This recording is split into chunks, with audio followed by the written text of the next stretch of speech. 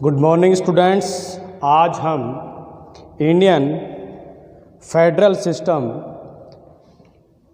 का जो नेचर था, इंडियन फेडरल सिस्टम का नेचर हमने कल पढ़ लिया है। आज हम संघात्मक शासन व्यवस्था की प्रमुख विशेषताओं का अध्ययन करते हुए भारतीय संघ व्यवस्था में ये संघात्मक शासन व्यवस्था के कौन कौन से लक्षण पाए जाते हैं, इनके बारे में अध्ययन करने की कोशिश करेंगे। तो हम देखते हैं कि सबसे पहले हमारे देश में भारतीय संघीय व्यवस्था, जो संघीय शब्द है, मैंने आपको पिछले वीडियो में बताने की कोशिश करी है कि भारत में फेडरल का मीनिंग संघीय होता है और इस संघीय शब्द का प्रयोग भारतीय शासन व्यवस्था में कहीं पर भी नहीं किया गया है।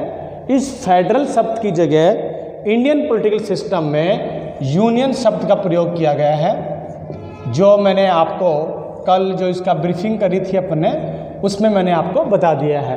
तो यहाँ समझने की बात ये हुई कि फेडरल शब्द की जगह इंडियन पॉलिटिकल सिस्टम में यूनियन शब्द का प्रयोग किया गया है।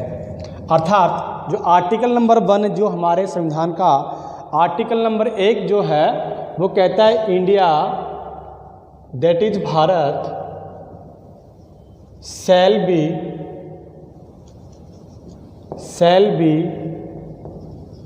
A union of states. Bharat जो इंडिया है, अर्थात इंडिया जो भारत है वो राज्यों का संघ होगा। ये आर्टिकल नंबर 1 भारत के संविधान का जो आर्टिकल नंबर 1 है वो ये कहता है कि Indian political system article number 1 वो कहता है कि भारत राज्यों का संघ है। भारत किनका संघ है? राज्यों का संघ है। अर्थात हम यूँ कह सकते हैं कि जो भारत में राज्यों का संघ है, तो भारत जो राज्यों का संघ है वो किसी कॉन्ट्रैक्ट का भाग नहीं है। अर्थात हम भारतीय जो संघीय व्यवस्था जो सिस्टम है वो किसी समझौते का पार्ट नहीं है। हमारे यहाँ भारत पहले भी था और भारत आज भी है। प्रशासनिक दृष्टि से राज्यों को छोटा बड़ा कर सकते हैं, उनका नाम बदल सकते हैं। अब बात आती है कि भारतीय जो पॉलिटिकल सिस्टम है उसमें फेडरल सिस्टम का जो कंसेप्ट है वो कहाँ से लिया गया है। हमारे संविधान को बनाने वाले संविधान निर्माताओं ने बहुत से देशों से सोर्सेस लिए हैं, जैसे अमेरिका से मूल अधिकार लिए हैं, ब्रिटेन से पार्लियामेंट्री सिस्टम लिया है। उसी प्रकार से हमारे संविधान के बहुत से स्रोत हैं। उन स्रोतों में एक स्रोत जो है वो 1935 का शासन अधिनियम, फेडरल सिस्टम जो लिया गया है वो 1935 के भारत शासन अधिनियम से लिया गया है। आप ये ऑब्जेक्टिव टाइप मल्टी जो बहुविकल्प पे प्रश्न होते हैं उनमें आपके ये सवाल आ सकता है कि संघात्मक शासन व्यवस्था भारत के शासन व्यवस्था में कहाँ से एडॉप्ट की गई है। तो उसका सही आंसर होगा 1935 का जो भारत शासन अधिनियम है उससे संघात्मक शासन व्यवस्था का जो कंसेप्ट है वो लिया गया है। अब हम देखते हैं कि संसार के अंदर ऐसा कौन सा एक आदर्श एग्जाम्पल है, बेस्ट एग्जाम्पल है, जो कि संघात्मक शासन व्यवस्था को सही ढंग से इम्प्लीमेंट करता है, या उस शासन व्यवस्था में हमें ये संघात्मक शासन व्यवस्था अच्छी तरह से नज़र आती है। तो आदर्श जो व्यवस्था होगी संघात्मक शासन व्यवस्था की वो है अमेरिका।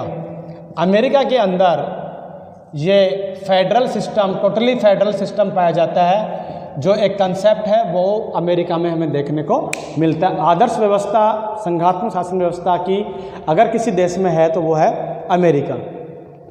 अब सवाल आगे ये आता है आपके कि भारत के अंदर संघात्मक शासन व्यवस्था है या एकात्मक शासन व्यवस्था है। अगर संघात्मक शासन व्यवस्था है तो भारत की परिस्थितियों को देखते हुए भारत में संघात्मक शासन व्यवस्था क्यों अपनाई गई है।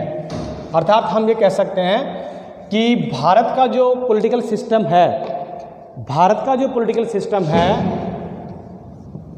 पॉलिटिकल सिस्टम का मतलब हुआ यहाँ की जो व्यवस्था है, राज व्यवस्था जो है, भारतीय राज व्यवस्था जो है, उसके अंदर हमें संघात्मक फेडरल सिस्टम को पढ़ने से पहले देखना होगा कि संघात्मक शासन व्यवस्था क्या होती है और एकात्मक शासन व्यवस्था क्या होती है।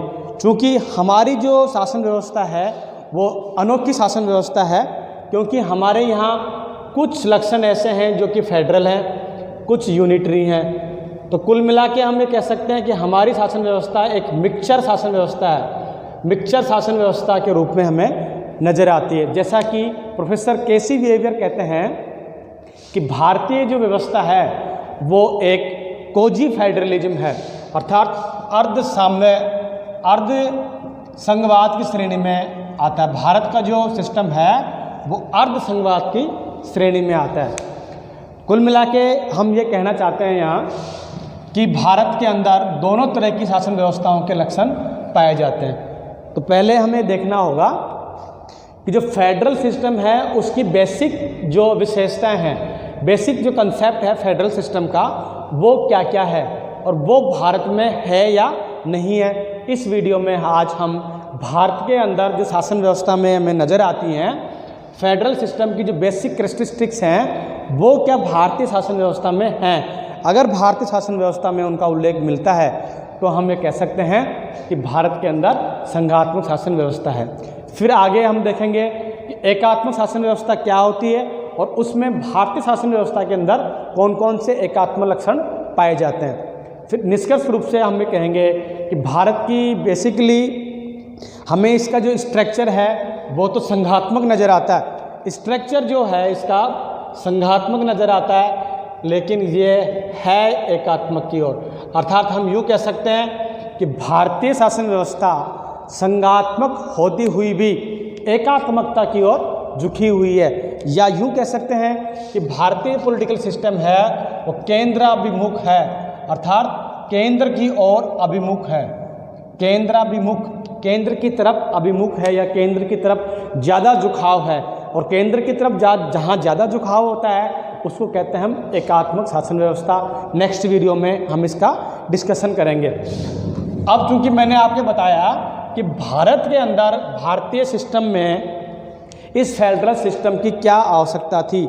या फेडरल सिस्टम को क्यों अपनाया गया, अपनाने के पीछे कई कारण हो सकते हैं। उनमें कुछ कारण ये हैं कि भारत में विविधता वाला देश है, भारत के अंदर बहुत से धर्मों के लोग रहते हैं, भारत का क्षेत्रफल और जनसंख्या बहुत ज़्यादा है।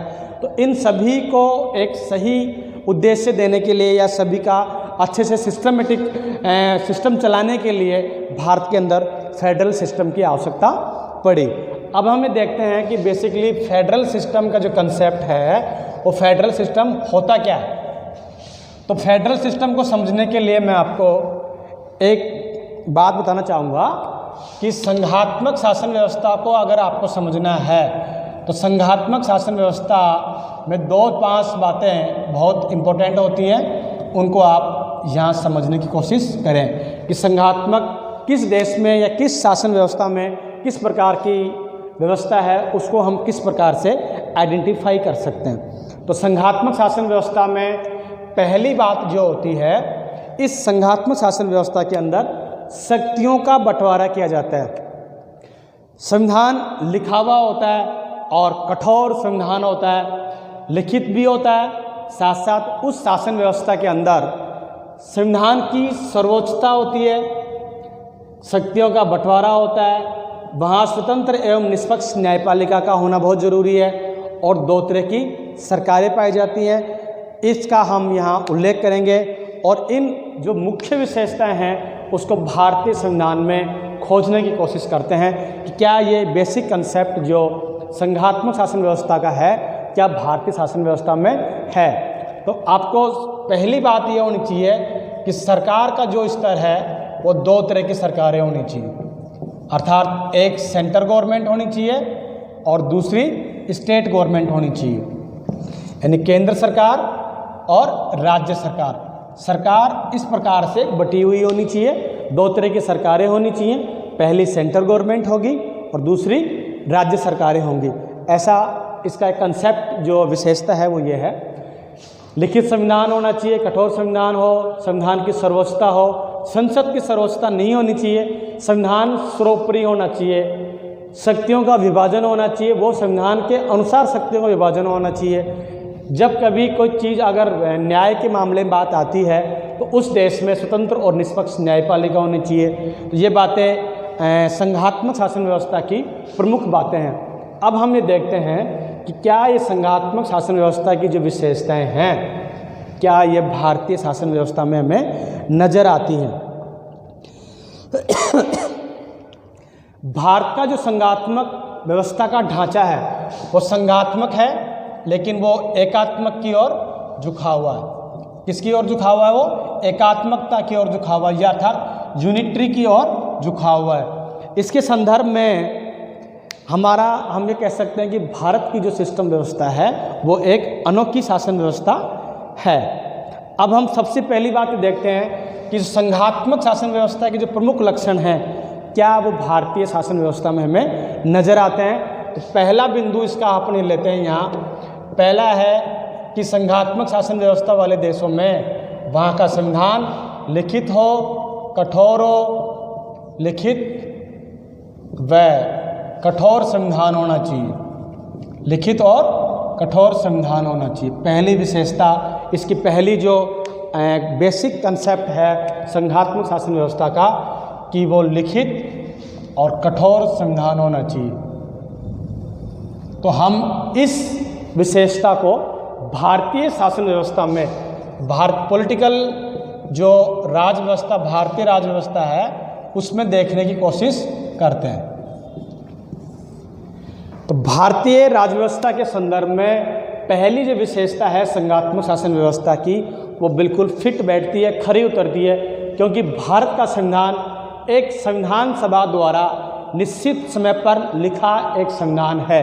अर्थात भारतीय संविधान सभा के द्वारा, किसके द्वारा लिखा गया है? वो संविधान सभा के द्वारा, जो कि आपको पहले चैप्टर में मैंने आपको पढ़ा दिया। संविधान सभा के द्वारा भारत का जो संविधान है वो लिखित है।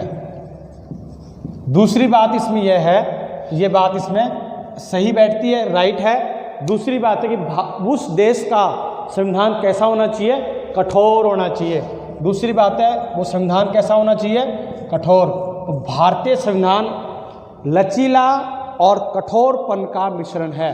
भारतीय संविधान में लचीलापन और कठोरता, इन दोनों का समन्वय है। लचीलापन और कठोरता का मतलब ये हुआ कि जब संविधान में संशोधन करते हैं तो कुछ ऐसी चीज़ें होती हैं, 3 प्रकार से संविधान संशोधन होता है।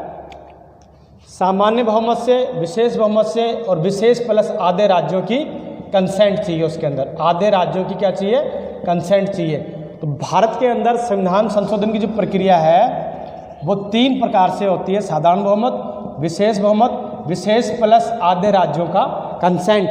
तो ये जो इधर वाले होंगे वो तो आएंगे लचीलेपन में, और ये आधे राज्यों की, विशेष प्लस आधे राज्यों की कंसेंट का जो कंसेप्ट है वो कठोरता, भारतीय संविधान की कठोरता दर्शाता है। तो हम इस प्रकार से हम ये भी कह सकते हैं कि भारत का संविधान एक संविधान सभा द्वारा निश्चित समय में लिखा गया लिखित संविधान है। और दूसरी बात यह है कि ये कठोर भी है। कठोर का जो संदर्भ होगा वो संविधान संशोधन के मामले में कठोरता के बारे में बात की जाती है। तो पहली विशेषता संघात्मक शासन व्यवस्था की भारतीय संविधान में हमें प्रॉपर तरीके से नज़र आती है। अब दूसरी विशेषता इसकी देखते हैं हम।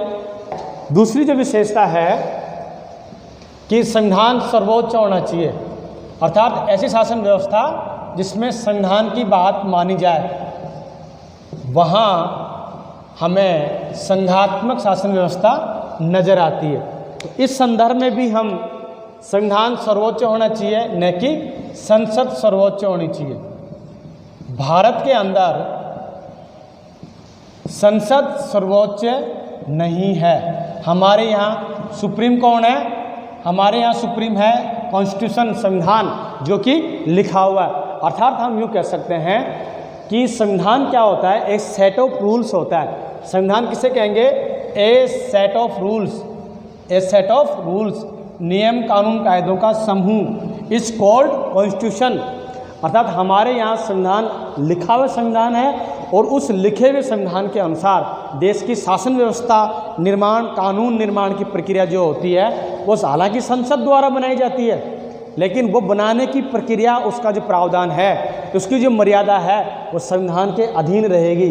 अतः इस प्रकार हम ये कह सकते हैं कि भारत के अंदर अगर कोई सुप्रीम है, सबसे ऊपर कोई अगर है, तो भारत का कानून संविधान है। अतः संविधान सर्वोच्च है।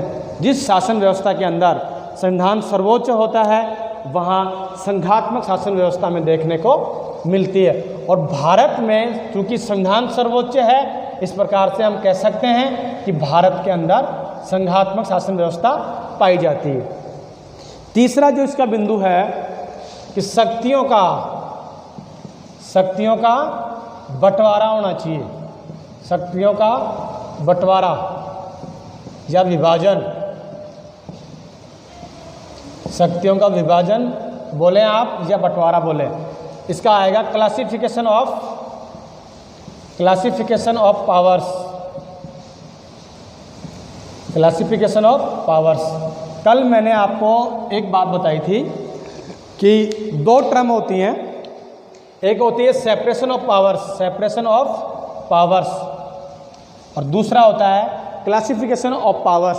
क्लासिफिकेशन ऑफ पावर्स का मतलब है विषयों का बंटवारा, अर्थात शक्तियाँ या विषय, किस विषय पर कौन सी सरकार कानून बनाएगी, ऐसा बंटवारा अगर कहीं है तो वहाँ होता है संघात्मक शासन व्यवस्था, वहाँ होती है संघात्मक शासन व्यवस्था।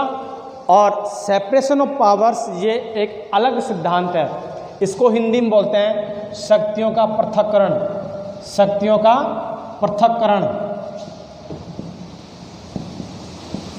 शक्तियों का पृथक्करण। इसका मतलब ये हुआ कि सेपरेशन ऑफ पावर्स